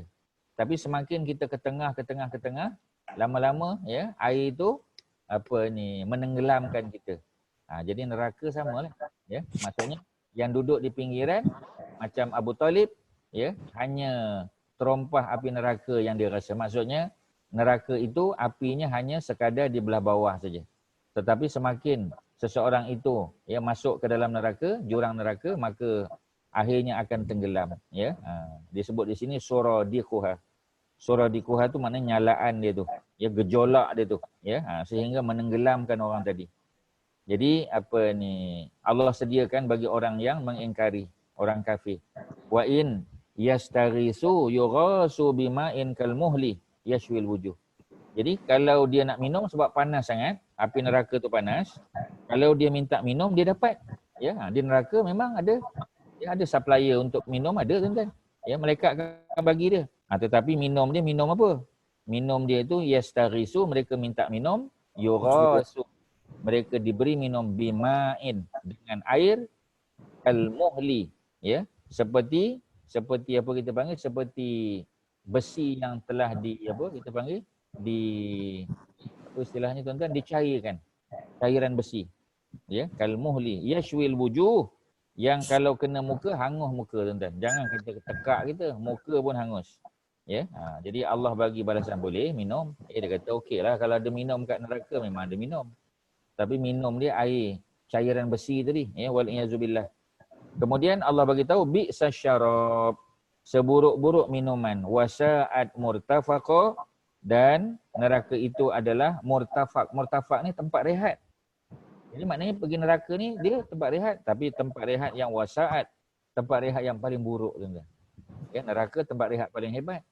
Ya.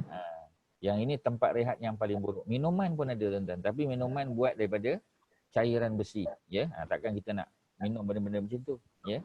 Kemudian kita habiskan muka surat yang ke-229 ni, tuan-tuan, ya. Kita habiskan ada satu ayat lagi. Kalau kita boleh baca di sini, auzubillahi minasyaitonirrajim, berkenaan dengan konsep persamaan, ya. Sebab Nabi ni seorang yang adil.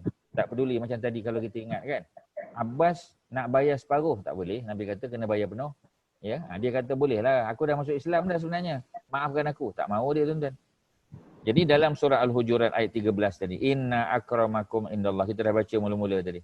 Ya, inna akramakum indallahi atqakum. Tadi kita baca ayat penuh. Ini kita baca hujung. Sesungguhnya yang paling mulia di sisi Allah itu adalah orang yang paling bertakwa. Innallaha alimun khabir, sesungguhnya Allah itu alim, maha tahu, khabir, maha luas pengetahuan Allah. Ya. Allah menetapkan bahawa keistimewaan, keunggulan seseorang mukmin atas orang lain adalah didasarkan atas ketakwaan dia, keimanan. Jadi kita punya kerja ialah, ya. Jadi takwa dan dia punya keimanan tu, tuan-tuan. Ya. Jadi kita kena baikilah kita punya level of takwa. Level of takwa, level of iman. Yang itulah yang kita kena improve, kena upgrade, tuan-tuan. Ya. Jadi macam mana nak upgrade, improve? Yang pertama dengan ilmu pengetahuan, datang mengajilah, belajar. Ya, walaupun melalui melalui aplikasi, ya. Online, Zoom apa semua ikutlah, ya, untuk mengaji. Dan juga dengan membaca, ya, banyak melihat makna-makna Al-Quran, ya. Kemudian berzikir, berdoa dan sebagainya. Itu benda-benda yang boleh upgrade level kita, ya, di sisi Allah Subhanahu Wa Taala.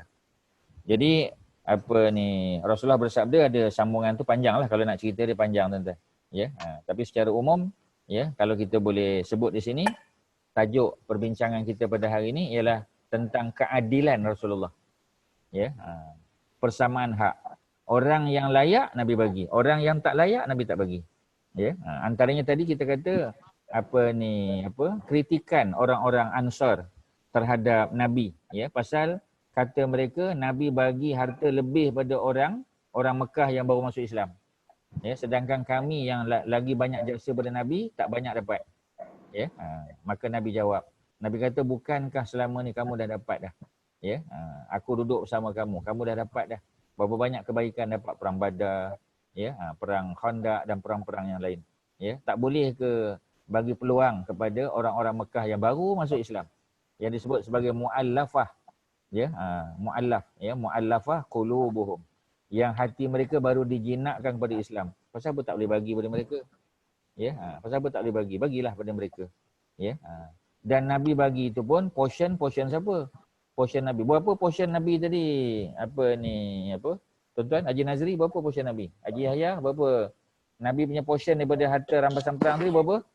100%. 1/5. Ya, maknanya berapa persen? 20%. 20%. 20%. Ya, 20% tu hak Nabi. Maknanya another 80% itu bagi pada orang lain. Pada orang yang berkuda, pada yang bawa unta, ya, tentera berjalan kaki. Jadi mereka dapat daripada 20%, daripada 80%. 20% tu adalah Nabi punya. Dan yang Nabi bagi kepada orang lain tu sebagai tambahan, Nabi ambil daripada Nabi punya. Bukan daripada orang lain. Sebab itu Nabi kalau nak hidup senang, 10%, tuan-tuan. Ya, biasa orang minta 10% je, tuan-tuan. Ni 20%, tuan-tuan. Orang minta 10% aja. Tak kira lah projek apa pun kan. Ini 20%, tuan-tuan. Cuba bayangkan. Ya, besar tu, tuan-tuan. Betul tak Datuk Nizam? Ya. 20% Nabi dapat. Maknanya kalau Nabi dapat berapa kali perang Nabi pergi? Ya. Perang besar yang betul-betul terjadi, tuan-tuan, 9 peperangan besar. Cuba tuan-tuan bayang, 20%. Sekali perang 20%, tuan-tuan. Ya. Ini 9 projek besar. Berapa persen dapat, tuan-tuan? Kaya raya hidup Nabi. Tapi Nabi hidup dalam sangat kesederhanaan. Kerana yang Nabi dapat daripada ghanimah itu, Nabi bagi kepada orang yang memerlukan, terutamanya kepada muallafah qulubuhum. Sebab orang Ansar, mereka ni masuk Islam lama dah. Mereka sudah tidak lagi berada dalam kategori muallaf. Ya, kita tahu kan, ada 8 asnaf. Mana 8 grup yang layak dapat zakat. Salah satu ialah muallaf. Ya, asalkan dia baru masuk Islam, dia muallaf. Walaupun dia orang kaya, maknanya dia dapat bukan sebab dia miskin, tak. Dia dapat sebab kategori muallaf tadi tu. Muallaf qulubuhum, tuan-tuan. Jadi itu yang orang Ansar kurang faham. Sehingga Nabi terpaksa menerangkan. Cuba tengok. Ya, mereka ni siapa? Mereka ni baru masuk Islam. Iman mereka pun belum hebat lagi. Jadi mudah-mudahan dengan Nabi bagi lebih tu menyebabkan mereka menjadi lebih dekat dengan Islam, lebih lunak hati dia. Betul, kita kena faham Nabi punya politik tu, tuan-tuan. Tapi kalau kita tengok secara zahir, nampak macam Nabi tidak adil lah. Sedangkan Nabi lah orang yang paling adil atas muka bumi ni. Ya, selesailah tuan-tuan. Boleh Ustaz sampaikan. Kalau ada soalan silakan. Ada apa-apa tuan-tuan nak tanya? Haji Mat Syah ada apa? Ada. Itu yang best mengajar grup Umi ni tuan-tuan. Tak ada soalan. Ustaz. Tenang. Ya, ada. Silakan. Isteri Abbas, nama Siapa dia yang tanya tu? Tak nampak?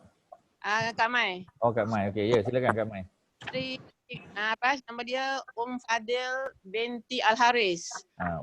Ummu Fadal. Ya, Fadil. Dia dengan Naufal Al-Haris ada beradik ke apa? Tak adik-beradik. Sebab itu Al-Haris tu orang lain. Daripada kabilah lain. Oh. Tapi Ummu Fadal tu, itu gelaran dia sebab anak sulung dia nama Fadal. Sebab tu dia panggil Ummu Fadal kan? Dia Lubabah tadi. Nama sebenarnya Lubabah. Lubabah binti Al-Haris. Lubabah binti Dia adik-beradik dengan Maimunah juga. Kak Mai jangan lupa lah. Dia adik dengan Maimunah binti Al-Haris kan? Dan Maimunah binti Al-Haris tu siapa dia? Kan isteri Nabi. Salah seorang daripada isteri Nabi. Orang perempuan terakhir yang Nabi kahwin, Maimunah binti Al-Haris lah. Adik-beradik dengan Lubabah binti Al-Haris tu. Sebab itu bila Maimunah binti Al-Haris kahwin dengan Nabi, maka Abdullah bin Abbas, anak saudara dia kan? Anak saudara, bukan anak saudara Nabi. Anak saudara kepada Maimunah tadi lah. Maka dia boleh tidur rumah Nabi. Barulah dia dapat tengok Nabi punya tahajud macam mana. Nabi punya ibadah malam macam mana. Ya, itulah kelebihan yang ada pada keluarga Jam, Ustaz. Ya. Macam mana? Ustaz, Abbas tu ada 4 orang anak lelaki kan? Fadal, Abdullah, Kusam, satu lagi siapa Ustaz? Satu lagi tadi, dah ada tadi, dia tunjuk situ. Siapa satu lagi tadi? Kita tengok balik. Ya. Yang dia apa kita panggil? Yang apa ni? Dia minta isteri dia bagi tadi. Ubaidillah. Ubaidillah. Nombor 1 Al-Fadal. Anak nombor 2 Abdullah. Anak nombor 3 ialah Kusam. Yang tadi kubur kat mana tadi Ustaz sebut? Kubur dia kat mana? Kubur dekat Samarkand. Di Samarkand, Uzbekistan. Ya, betul. Yang nombor 4 Ubaidullah atau Ubaidillah. Ubaidillah, ya. Jadi ada 4 lah anak lelaki Saidina Abbas dengan isteri Lubabah tadi. Jadi oleh kerana Al-Fadal tu anak sulung Abbas dengan Lubabah, maka Saidina Abbas dipanggil Abul Fadal, isteri dia Ummul Fadal. Ya, Ummul Fadal. Itulah dapat Al-Fadal tu pasal anak sulung dia. Jadi maknanya Abdullah bin Abbas bukanlah anak sulung. Dia ada abang nama Al-Fadal tu. Dan dia ada adik, ya. Dia ada adik lagi. Ya, dia ada adik. Sebagian kata abang juga, nama dia Kusam. Ya, Kusam ni lah yang meninggal ketika membawa Islam ya ke Uzbekistan, ya. Tu dia punya cerita. Sebab tu kubur dia sampai di sana. Bukti mengatakan dia berdakwah sampai ke sana lah. So 4 ni tadi Ustaz dah jawab ya. Al-Fadal, anak pertama Abbas. Nombor 2 Abdullah. Nombor 3 ialah Kusam. Nombor 4 Ubaidillah. Ya, okey. Selesai lah. Ada soalan lain? Silakan. Ada apa-apa nak tanya? Datuk Osman ada apa? Diam je hari ni Datuk Osman. Saya boleh tanya luar pada ni Ustaz? Boleh tanya apa? Luar daripada pelajaran ni. Luar. Oh, luar. Skop lain. Out of the scope. Sikit. Saya Cubalah. ditanya Ustaz.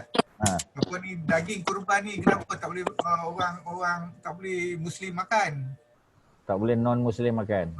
Non Muslim. Yang tanya tu anak saya pun tergamam sekejap. Sebab di kawan-kawan ni ada 2-3 orang non Muslim, saya pun Ustaz jemput lah biar saya clarify. Saya tahu, saya terbaca ada 4 mazhab, satu mazhab setuju, satu mazhab makruh. Mazhab mana yang kata boleh tu? Mazhab mana? Mazhab mana yang kata boleh? Ahmad kot, Ahmad. Hambali lah, mazhab Hambali. Hambali, Memang betul lah. Ya, memang betul. Sebab apa? Sebab benda ni ijtihad. Cuma di Malaysia pasal kita pakai Syafi'i, jadi memang dalam mazhab kita Syafi'i, kalau kita terbagi kepada non-Muslim, maka tak ada masalah lah. Ya, kalau kita terbahagi. Contoh kita kata salah rumah. Ya, budak-budak yang hantar daging korban, bila mereka hantar tu tersilap rumah, nombor rumah tu salah. Diingatkan Muslim, dia tak tahu. Jadi bila dah dimakan oleh non-Muslim, tak ada masalah. Dah makan tu clear lah. Cuma dalam mazhab Syafi'i, dalam mazhab Syafi'i, orang yang kita dah terbagi, katalah 2 kilo terbagi pada non-Muslim. Kita jangan tuntut balik. Itu habuan dia lah. Tapi kena pergi ke pasar, kena belikan balik 2 kilo daging tadi untuk dibagi kepada fakir miskin pula. Dia kena apa kita panggil, dia kena gantikan. Maknanya nak tunjuk dalam mazhab Syafi'i ni agak ketat sikit dari segi pembahagian tadi. Maksudnya kalau boleh tak bagi. Tapi kalau nak bagi juga, kalau terbahagi, mana bukan sengaja nak bagi. Tersilap bagi. Tapi kalau kita dah masak, boleh bagi Ustaz. Dah Boleh masak, juga, sama. kita bagi sikit-sikit. Biar afdal kan. Hukum apa kita panggil, memanglah daging kurban afdal bagi mentah. Daging akikah afdal bagi masak kan. Tetapi hukum bagi masa mentah dengan masa masak sama je, ada beza ni. Dah lepas masak hukum dia bertukar tak? Hukum tetap sama. Hukum tetap sama. Yelah, sebab neighbor kadang sebelah tu bukan orang kita kan, tapi kita masak, kita bagi neighbor sebelah sini Melayu, sebelah sini bukan Melayu, kita bagi tak apa, tak boleh juga. Tak boleh. Ya, dalam fiqh Syafi'i tak boleh. Kalau dah terbagi ataupun dia dah termakan, ya, kadang-kadang kita buat majlis, dia datang rumah kita, dia pun dah makan dulu, kemudian baru kita sedar. Jadi dalam fiqh Syafi'i ini memang dia kena gantikan. Ya, Hambali agak lebih terbuka, agak lebih ringan dalam pemberian daging korban tadi, ya, kepada non-Muslim. Tapi kalau Syafi'i agak ketat. Itulah cerita dia, ya. Okey, terima kasih kepada Dato' Osman. Soalan yang saya rasa sangat relevan lah, ya, dalam masyarakat majmuk sekarang ni kan. Biasa orang akan tanya isu-isu yang berkaitan dengan sebab kita masak daging korban tu, lepas tu dia ada jemput kawan dia Chinese lah. Saya pun terkamam sekejap kan. Itu yang tapi tak, saya kata janganlah. Kalau boleh janganlah. Kalau boleh jangan. Apa hukumnya Ustaz? Hukumnya kalau terbahagi, hukumnya tak berdosa lah. Terbagi. Jadi hukumnya berdosa. Dia tak berdosa kalau kita tidak sengaja. Kalau kita kasih dengan sengaja. Kalau kita bagi dengan sengaja dalam fiqh Syafi'i dia enggak berdosa. Makan. Pasal kita fikir dia ni susah. Kan pun tak cukup. Kan Islam. Kita kasih. Jangan bagi daging korban lah, bagi daging lain. Tapi hukumnya kalau saya kasih berdosa lah. Kalau dalam Syafi'i berat nampak berdosa. Kalau sengaja. Tapi Hambali nampak agak lebih, sebab benda ni ijtihad. Benda ni ijtihad. Sebab kalau zaman Nabi tunjuk daging korban tu Nabi bagi kepada non-Muslim, senang. Sebab benda tu tak berlaku zaman Nabi. Jadi bila suatu perkara itu tidak berlaku pada zaman Nabi, maka ia datang pada waktu kita, itu yang para ulama ijtihad tu. Maka ada yang kata boleh, ada yang kata tak boleh. Dan benda ni akan kekal sampai hari kiamat lah. Dia tak ada dalam Quran berapa kan, dia cuma ijtihad aja kan. Ijtihad, betul. Sebab ruang ijtihad tu bila terlibat hukum Quran dan Kita nak ikut Nabi. pasal Nabi tak pernah bagi pada orang Muslim. Tapi macam tadilah, ya, apa kita panggil, kalau Jidon nak bagi juga pada yang susah tadi, beli di Jaya Grocer lah kot. Kalau orang Bukit Jelutong, Jaya Grocer lah, ya, beli sana bagilah kita kata. Kan, pasal apa nak bagi daripada daging korban tu? Pasal daging korban ni, kata para ulama dalam mazhab Syafi'i, dia ada kemuliaan dia. Tuan-tuan, daging korban ni dia tabaruk, ada keberkatan. Sebab tu kalau kita buat korban, walaupun kita nak bagi sedekah pada orang lain, kena ambil juga sikit. Kan kita sebut pada minggu lepas, Nabi ambil juga sikit makan dan Nabi hirup apa?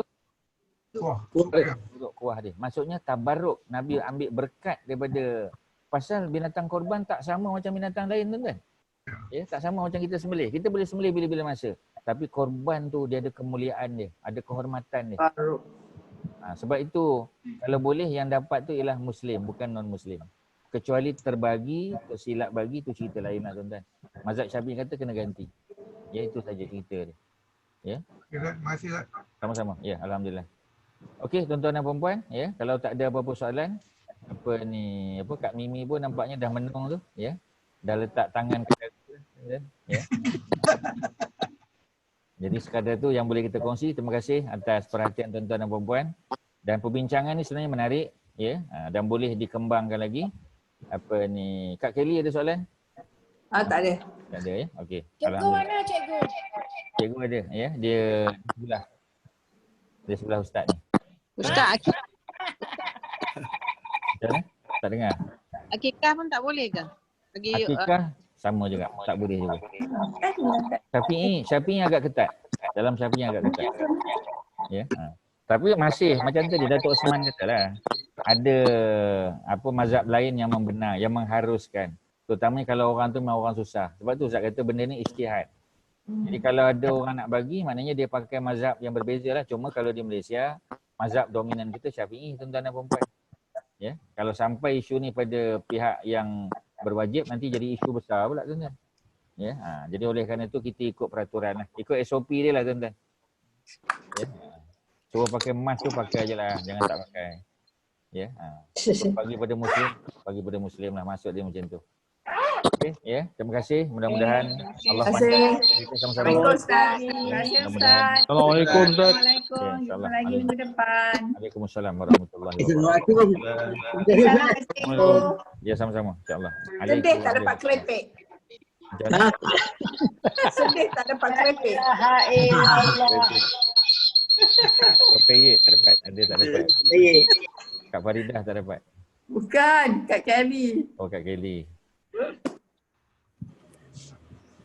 Terima kasih Ustaz. Thank you Nazri. Nazri, terima kasih Nazri.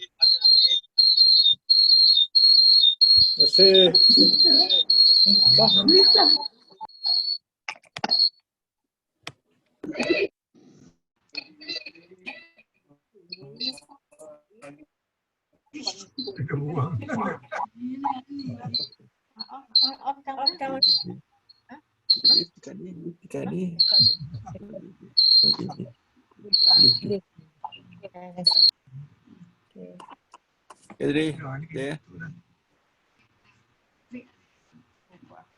Dah.